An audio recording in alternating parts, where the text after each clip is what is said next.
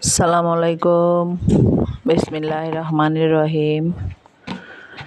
তো শিরক ও রিয়া থেকে বাঁচার দোয়া।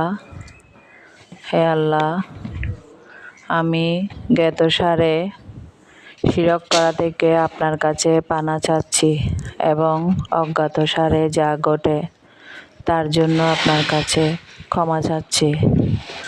তো দোয়াটা হচ্ছে, আল্লাহুম্মা ইন্নী আউযু বিকা আন উশরিকা বিকা ওয়া আনা আ'লামু ওয়া আস্তাগফিরুকা লিমা লা আ'লামু। আলহামদুলিল্লাহ। এরকম করে পড়লে আল্লাহর কাছে দোয়া চাইবেন, শিরক ও রিয়া থেকে বেঁচে যাবেন। আলহামদুলিল্লাহ।